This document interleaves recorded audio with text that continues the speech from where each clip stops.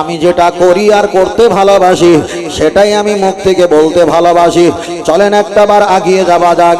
ইবাদত যদি আল্লাহর পক্ষে হয়, আমার টাকা নেই আমি হজ করব না, আমার টাকা নেই আমি যাকাত দেব না, আমার টাকা নেই আমি কোরবানি দেব না, আমার টাকা নেই আমি ফিতরা দেব না, আমার টাকা নেই আমি হজ করব না, তাহলে শরীয়তের মুহাম্মাদের ফতোয়া হলো টাকা তোমার নেই তুমি ধার করে হজ করবে না, টাকা নেই ধার করে কোরবানি করবে না, টাকা নেই তুমি ফিতরা দেবে না।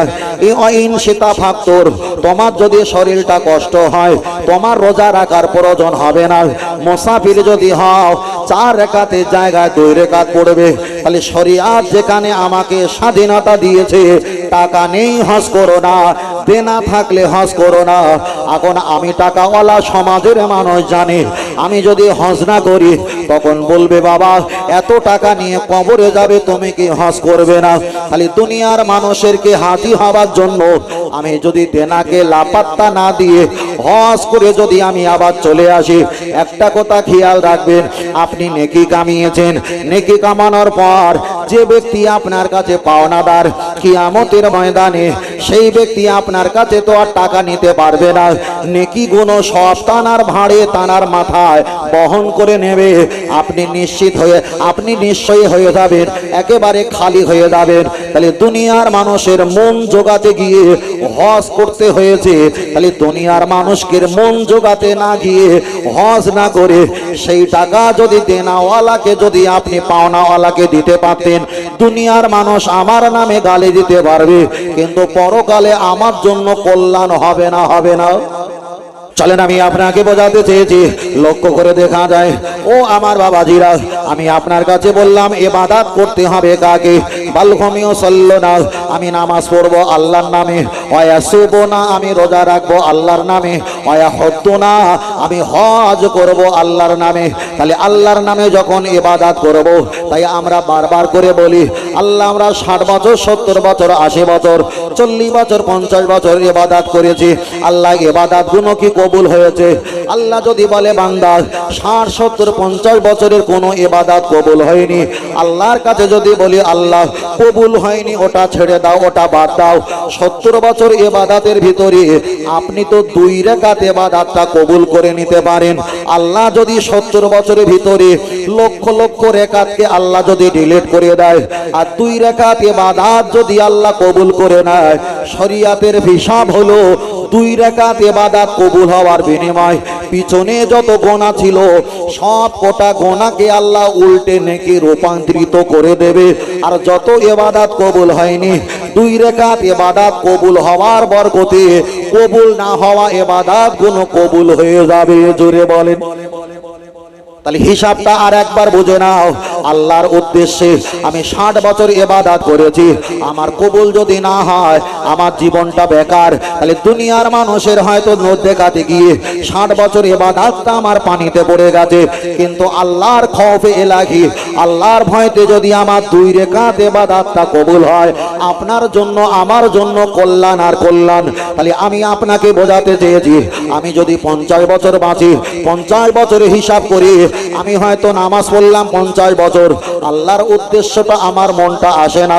কিন্তু 50 বছরের ভিতরে কোন ব্যক্তি শেষ সময় মরণের আগে মাথায় টুপি দিয়েছে, মুখে দাড়ি রেখেছে, আর এই 3 বছর 4 বছর মরণের আগে এমন ইবাদত করেছে, ইবাদতটা তার জন্য জয় জয়াকার হয়ে গেছে। আর আমরা কিছু নামাজি মুসল্লি আছি 60 বছর ইবাদত করে জয় জয়াকার হতে পারিনি। তাহলে 10 মিনিট আগের কথা পিছিয়ে যায়। ফুরফুরা শরীফে দাদা পীর রহমাতুল্লাহ আলাইহি ওনার পীর সুফি ফাতেহ আলী ওয়াইসি রহমাতুল্লাহ বলতেন, বাবা মুরিদ তোমরা ইবাদত করো অল্প আর আমল করো বেশি, আমল করো বেশি। তাহলে এখানে প্রমাণ হয়ে গেল আমার ইবাদত কম হতে পারে, কিন্তু যতটাই ইবাদত করব সব কটা আল্লাহর উদ্দেশ্যেই ইবাদত করতেই হবে। জোরে বলেন সুবহানাল্লাহ।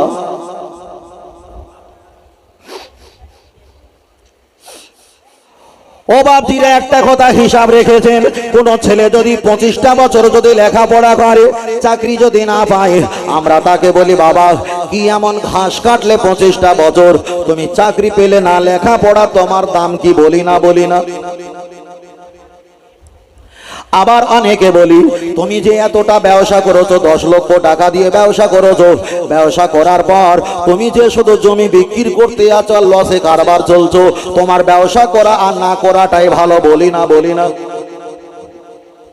লজিকটা এবার ঘুরিয়ে দেই।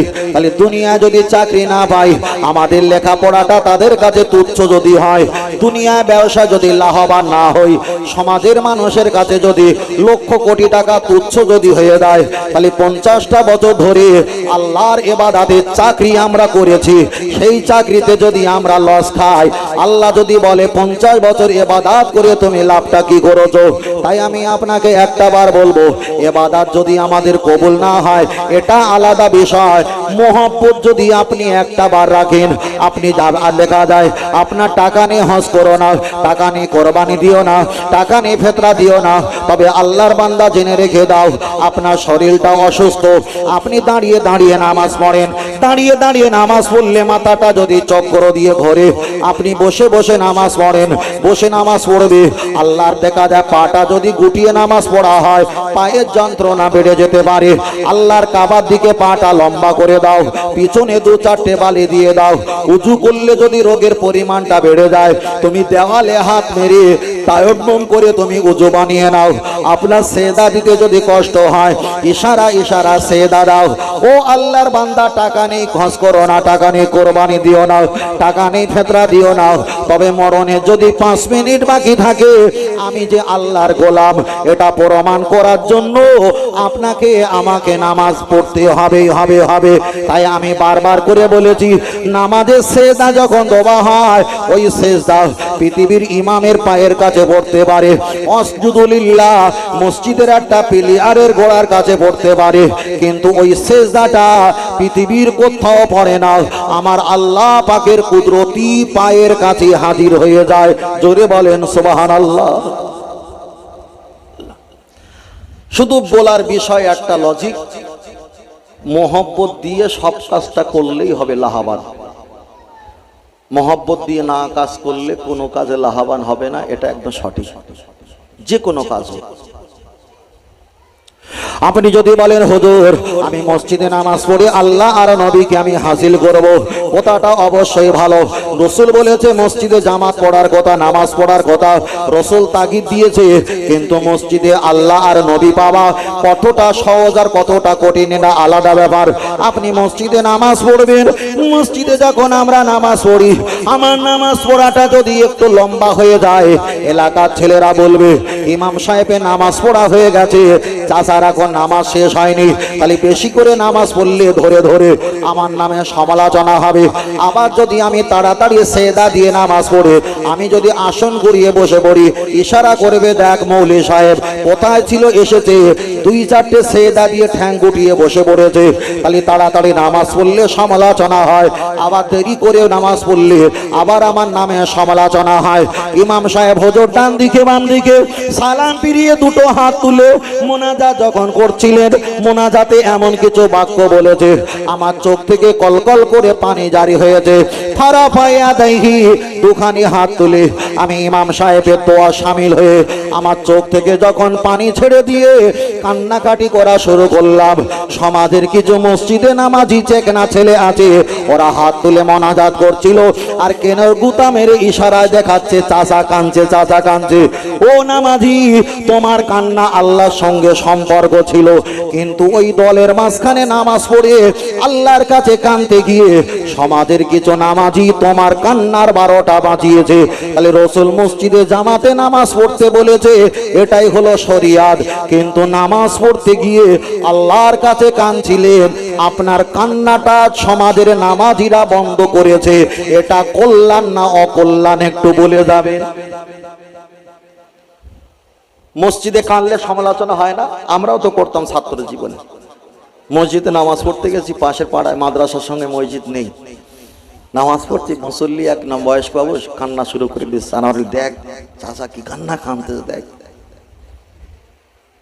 বলি না ছোটবেলা হয়নি, হয়েছে, তখন তো বুঝতাম না, আল্লাহ ক্ষমা করুক, কিন্তু ওই ব্যক্তির সঙ্গে সম্পর্ক তো আল্লাহর, ওইটা ছিল ভালোবাসা সম্পর্ক। কিন্তু ছাত্র জীবনে যখন নামাজ পড়তে গেছি ওটা ভালোবাসা ছিল না, নামাজ না পড়লে মার পড়বে, দুপুরে খাওয়ার বন্ধ হবে। এখন এই নামাজ আর চাচার নামাজ এক বলে মনে হয়। শুধু মহব্বত ছাড়া কোনো কাজ হবে না, কোনো কাজ হবে না। আল্লাহ ও আমার বাতিরা, চলে না গিয়ে যাওয়া যাক। লক্ষ্য করে দেখা যায়, ফের আমি আপনাকে বোঝাতে চেয়েছি, মসজিদে যখন আমরা নামাজ পড়তে যাই, মসজিদে আজান হয়েছে, আসরে আজান হয়েছে, মাত্র 10 মিনিট পরে মসজিদে জামাত শুরু হবে না। মসজিদে যখন আমরা নামাজ পড়তে যাই, একদিকে দেখা যায় 3-4 জন ব্যক্তি নামাজি মসজিদে নামাজ পড়ার জন্য তারা হাজির হয়ে চলে গেছে। আবার দেখতে পাই একটা নামাজি ব্যস্ততার ভিতরে দৌড়ে দৌড়ে নামাজ পড়ার জন্য মসজিদে নামাজ পড়তে আসছে। তাহলে 3 জন ব্যক্তি মসজিদে নামাজ পড়তে যায়। এবার একটা বার বলেন, যারা মসজিদে 3-4 জন মিলে আমরা যারা মসজিদে জামাতে নামাজ পড়তে যাই, 3-4 জন একসঙ্গে যখন যাই, জিকির করতে করতে যাই না গল্প করতে করতে যাই? গল্প। জিকির না গল্প? গল্প। তাহলে 4 জন 3 জন ব্যক্তি যখন মসজিদে নামাজ পড়তে যাব, তখন তো আমরা গল্প করতে করতে যাব। আবার যখন নামাজ পড়া হয়ে যাবে, আবার 2 জন 3 জন দাঁড়িয়ে থাকবো। আমাদের চতুর্থ বন্ধুর নামাজ একটু সময় লেগে গেছে, ওনার জন্য মসজিদের কাছে বুকে হাত দিয়ে তাহারিমা বেঁধে রাস্তার কাছে অপেক্ষা করব, উনি আসলে আবার আমরা 4 জন বন্ধু আবার আমাদের গন্তব্যস্থানে যাব। ও বাবাজিরা, রাসূল বলেছে মসজিদে জামাতে নামাজ পড়তে হবে। তাহলে আমরা 4 জন যখন মসজিদে নামাজ পড়তে গিয়েছিলাম, তখন ছিল সমাজের গল্প। নামাজ শেষ করে যখন আবার আসছিলাম 4 জন, তখন ছিল আবার সমাজের গল্প। তাহলে যেতে যেতে জিকির ছিল না, গল্প ছিল। আস্তে আস্তে কোনো জিকির ছিল না, আবার দুনিয়ার গল্প ছিল। আপনি একটা বার বলেন, এই নামাজটা যদি 60 বছর ধরে পড়া হয়, এই নামাজে আল্লাহ আর নবী পাওয়া কি সম্ভব হতে পারে? আগের কথা খেয়াল আছে, কথা কম বলতে হবে, কম শুনতে হবে, কম দেখতে হবে, আর কোনো লাইন নেই। অনেক কথা শুনেছি, অনেক ঘটনা, অনেক হাদিস, অনেক যুক্তিসঙ্গত কথা শুনেছি। এখন মানবো কবে? চলেন। তাহলে মসজিদের আমি বিষয়টা আমি আপনার কাছে ছেড়ে দিলাম। এবার চলেন একটা বার, এখন বাজে দেখা যায়, এখন বাজে 10টা কিংবা 10 মিনিট বাকি আছে 10টা বাজতে। আপনি মসজিদে নামাজ পড়ে বাড়িতে চলে গেছেন, খানা পিনা সব সমাধা করে নিয়েছেন। রাত 12টা কিংবা 1টা সময় মসজিদে এসে আপনি তালাটা খুলে বারান্দার কাছে বসে একটা পাখা চালিয়ে, ছোট একটা বাল্ব জ্বালিয়ে আল্লাহর কোরআন কিংবা তাহাজ্জুদের নামাজ কিংবা নফল নামাজ কিংবা নফল জিকির তসবিহ তেলাওয়াত করা শুরু করেছেন। এটা ভালো ভালো, কিন্তু একদিন চলে গেল, 2 দিন চলে গেল, 3 দিন 4 দিন চলে গেল, সমস্যা হবে না। 6 দিন যখন চলে যাবে, তখন মুসল্লির কমিটি না বলে ইমামকে দিয়ে বলাবে, ইমাম তোমার সঙ্গে ভালো সম্পর্ক, তুমি বলো। ইমামকে দিয়ে বলিয়ে দেবে, চাচাজি মসজিদ আপনার বাপ গেলে সম্পত্তি নয়, নামাজ যদি পড়তে হয় সারা রাত বাড়ি গিয়ে নামাজ পড়বে, তবে মসজিদের কারেন্ট অপচয় নষ্ট করে সারা রাত ধরে তাহাজ্জুদ পড়া যাবে না। তাহলে নবী বলেছে, মসজিদে যারা জামাতে নামাজ পড়তে আসে না, তাদের ঘরটা জ্বালিয়ে দাও, জ্বালিয়ে দাও। মসজিদে নামাজ পড়তে এসেছে চাচাজি, কিন্তু নফল ইবাদত করে আল্লাহর মহব্বতে আর নবীর ভালোবাসায় একটু দরুদ সালাম জিকির আজকার করে নিজের গুনাহ মাপ চাইবে। 5 দিন 6 দিন যখন হয়ে যাবে, এই সমাজের মানুষ তাকে মসজিদে ওটা বয়কট করবে না, করবে না? আমি বাস্তবিক কথা বলছি। মসজিদ ওটা বন্ধ করবে তো, যে প্রতিদিন তুমি সারা রাত 4-5 ঘন্টা ধরে কারেন্ট চালাবে, লাইট জ্বালাবে, তা তোমার কোনো ঘর নেই, এরকম করছো, সমাজের মানুষ কি বলবে? নাম কি না মসজিদে ইবাদত করার জায়গা, কিসের জায়গা? করতে দেবে ইবাদত? 4 জনা নামাজ পড়া হয়ে গেছে, আমি একটু নামাজ পড়তে দেরি করেছি, মুয়াজ্জিন সাহেব চাবি নাড়া দিচ্ছে, কি গো সবার হয়ে গেছে, তুমি কখন যাবে? কখন যাবে? আল্লাহ। ও আমার বাপজিরা, চলেন একটা বার এগিয়ে যাওয়া যায়। মসজিদের হিসাবটা আমি সংক্ষেপে আপনার কাছে দিয়ে দিলাম। এবার যদি বলেন, হুজুর আমি ঘরে গিয়ে নামাজ পড়বো, অবশ্যই ঘরে গিয়ে নামাজ পড়বে। আপনি বারান্দায় নামাজ পড়বেন। আমাদের সমাজে ঘরের বারান্দা করা হয়, হয় 7 ফুট নয় 6.5 ফুট, আমি বেশি ধরে নিলাম 8 ফুট। আপনি বারান্দা করেছেন, বারান্দায় আপনি নামাজ পড়বেন, অবশ্যই ভালো। ইলা শামাতি উদুনাইহি, আপনি তাহরিমা বেঁধে নামাজ পড়বেন, অবশ্যই অবশ্যই ভালো, তবে হিসাবটা একটাবার নিয়ে যাও। আপনি যখন বারান্দায় দাঁড়িয়ে দাঁড়িয়ে নামাজ পড়বেন, একদিকে আপনার নাতি খেলনার আওয়াজ, একদিকে বৌমা তিনি বা দেখা যায় কাপড় চোপড় থালা বাটি হাঁড়ি কুড়ি পরিষ্কার করার আওয়াজ, একদিকে বাড়ির পরিবারের চিৎকারের আওয়াজ, একদিকে সংসারে এটা আনো ওটা রাখো ওই কাজটা করো, এতগুলো আওয়াজ আপনার কানের ভিতরে প্রবেশ করছে। তাহলে মসজিদে আপনি কান্নার সুযোগ পেলেন না।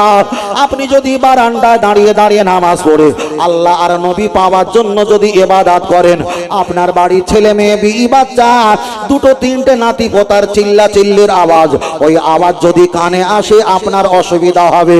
আপনি বলেন এতগুলো আওয়াজ কানে নিয়ে আর বারান্দায় নামাজ পড়ে ওই নামাজে আল্লাহ আর নবী পাওয়া কি সম্ভব হতে পারে? এই যে 60 বছর 65 বছর 40 বছর যে নামাজ পড়ছি, এখন এই কেজি দরে বিক্রি হচ্ছে কিনা ভয় লাগে তো।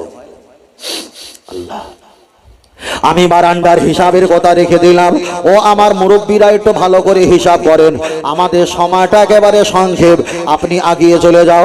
আপনি যদি বলেন খোকা আমি বারান্দা ছেড়ে দিলাম, আমি ঘরের ভিতরে নামাজ পড়বো, চাচাজি আপনি হিসাবটা আর একটা বার নেন। আমাদের ঘরের রুম কামরা আমরা বানাই 8x10 কিংবা 10x12, কম বেশি একটা আমরা ঘর বানাই, কামরা বানাই। ওই 8-12 10x10 কিংবা 10-12 একটা কামরা ভিতরে যদি আমাদের খাট আলনা আলমারি শোকেস থাকে, আলমারি যদি থাকে ছোট্ট একটা জায়গা হয়, এছাড়া আর জায়গা আমাদের মেলে না, সংকীর্ণ জায়গা। চাচাজি মসজিদে তো আপনি ঘন্টার কি ঘন্টা নামাজে সময় দিতে পারলেন না, বারান্দায়ও পারলেন না, ঘরের ভিতরে আপনি নামাজ পড়ে চোখের পানি ছেড়ে দিয়ে আল্লাহর কাছে আপনি কাঁদবেন গোনা মাফ হবার জন্য, অবশ্যই ভালো। কিন্তু একদিকে আলমারি আলনা, একদিকে খাট, একদিকে চেয়ার বেঞ্চি, ঘরের ভিতরে ছোট জায়গা, আপনি যদি নামাজ পড়েন আপনি সেদা দিনে আলমারি প্লাস্টিক টুম করে আওয়াজ হয়ে মাথায় লাগবে। আপনি যদি ভালোভাবে ওঠেন আপনার কোমর পিছনটা আবার খাটে ধাক্কা লাগবে।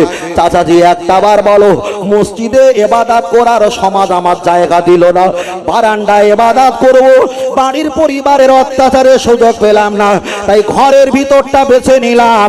ঘরের ভিতরে বাড়ির সামানপত্র এত পরিমাণ আছে, সংকীর্ণ জায়গায় ইবাদত করলে মাথায় ধাক্কা লাগে, পিছনে ধাক্কা লাগে, এখানেও ইবাদত করে মজা পাওয়া গেল না। আপনি যে 60 বছর 50 বছর ধরে নামাজি হয়েছেন, এবার বলেন ঘরেও নামাজ পড়ে শান্তি নেই, বারান্দায় নামাজ পড়ে শান্তি নেই, মসজিদে তাড়াতাড়ি কিংবা দেরি করে নামাজ পড়লে সমালোচনা, রাত 12টার সময় 2 ঘন্টা লাইট জ্বালিয়ে কোরআন পড়লে সমালোচনা। আপনি বলেন কোন ইবাদতের কারণে এবার আল্লাহর কাছে পৌঁছানো সম্ভব? দুনিয়ার নামাজ পড়েছি এতটাই যদি সমস্যা হয়, আপনার আমার বয়স তো শেষের পথে, এবার বলেন আল্লাহকে আর নবীকে কোন ইবাদত দিয়ে আমরা রাজি করাতে পেরেছি? মনে হচ্ছে এবার কেজি দরে হচ্ছে না বাবু? আমার কথা রাগ করছেন আব্বা? না, ফের বলছি, আমি খুব ভালো বলতে না পারলেও কেন অসামাজিকতা আমি কিছু বলিনি। আমি একটু শুধু পীর তরিকতের একটু লাইনটা ঘেসে ঘেসে ঘেসে ঘেসে চলছি, একেবারে শরীয়তটা পুরোটাই নিচ্ছি না। বলেন এই ইবাদত তো কি করছি, কি হবে? কি হবে? নামাজ যদি তাড়াতাড়ি পড়ি, বৌমা বলছে আব্বা সবাই শুয়ে পড়েছে, আপনি দেরি করে এসছেন, মেঘলা মেঘলা খানা খেয়ে নেন। তা বলছে না বৌমা আমি নামাজ পড়ছি, আপনি ভাত খোলেন। আপনি যদি দেরি করে নামাজ পড়েন, বৌমা হেলা দিয়ে দেওয়ালের কাছে ভাত খুলে দাঁড়িয়ে থাকবে। আপনি যদি তাড়াতাড়ি নামাজ পড়েন, বৌমাটা তাড়াতাড়িতে ঘুমাতে পারবে। তাহলে তাড়াতাড়ি নামাজ পড়লে বৌমার উপকার, দেরি করে নামাজ পড়লে আপনার উপকার, কোনটা করবে? এক হাত সেলাই করতে গিয়ে তো 5 হাত ছেড়ে কি করবে? আমার আগের কথা আছে, ইবাদতটা হবে উদ্দেশ্যকার, আল্লাহর উদ্দেশ্য। যদি আপনি 5 ওয়াক্ত নামাজ যদি মসজিদে পড়েন, সমাজের লোক আপনাকে ভালো বলবে, কিন্তু নামাজ যদি মাঝে মাঝে আপনি যদি একটু গোপন সাইডে যদি একটু 2-1 মেরে লাও, সমাজের লোক আপনার নামে সমালোচনা করবে, কিন্তু ওই ইবাদতটা মনে হয় একবার না একবার পরকালে নাজাতের জন্য একটা কাজ হবে। এটা আমার ব্যক্তিগত মত। সব জিনিসটা প্রকাশ্যে হয় না, একটু গোপনে হয়। দামি কথা প্রকাশ্যে চিল্লে হয় না, একটু গোপনে গোপনে হয়। আল্লাহ চলেন। তাহলে আমি আপনার কাছে হিসাব দিলাম, মসজিদে বারান্দা কিংবা ঘরের ভিতরটা আমি সমস্যা সমাধান হবে কি আমি বিষয়টা বললাম। চলেন আপনার কাছে 4 নাম্বার অপশন বলি। আপনি যদি বলেন হুজুর আমি রাস্তায় চলবো, আল্লাহ জিকির করতে করতে যাব আর কান্নাকাটি করব, চাচাজি এটা ভুল হচ্ছে। আপনি যদি রাস্তা দিয়ে কান্না করতে করতে যাও, আমার মতো আপনার ছেলে ভাইপো বলবে চাচাজি আপনার কান্নার কারণ কি, চলো আমি বাড়ি যাব, কে আপনাকে কষ্ট দিয়েছে। কিন্তু আপনি কাঁদছেন আল্লাহর ভয়তে, কবরের ভয়তে, জাহান্নামের ভয়তে। আপনি কাঁদলে দুনিয়ার মানুষের কাছে আপনার হিসাবে জড়িয়ে যেতে হবে। সময় আল্লাহ যখন আসমান থেকে পানি নাজিল করে, ওই পানিতে ভিজে ভিজে এ মাথা থেকে ও মাথায় আপনি কাঁদতে কাঁদতে যাবেন, আল্লাহর কাছে তওবা পড়বেন, ওটা একটা কান্নার সুযোগ না। ওইভাবে কাঁদতে গেলে হয়তো সমাজের মানুষ আমাকে বলবে চাচা তোমার কান্নার কারণটা কি, তার কাছে আমার এতটা খুলে বলার প্রকাশ থাকবে না, আমি সমস্যায় জড়িয়ে যাব। তাই আমি আপনার কাছে একটা পয়েন্ট বলি, যে পয়েন্টে আমার বসিরাত আল্লামা রুহুল আমিন রহমাতুল্লাহ আলাইহি ইবাদত করেছে, আল্লাহ আর নবীকে হাসিল করেছে। যে প্রতি শনি ফুরফুরা দাদা পীর রহমাতুল্লাহ 5 হুজুর পীর কেবলা ইবাদত করে আল্লাহ আর নবী হাসিল করেছে, ওই ইবাদতের সিস্টেমটা আমি যদি আপনাকে একটু স্মরণ করিয়ে দেই। আমরা মসজিদে নামাজ পড়বো, ঘরে নামাজ পড়বো, বারান্দা নামাজ পড়বো, যেখানে সুযোগ পাবো নামাজ পড়বো।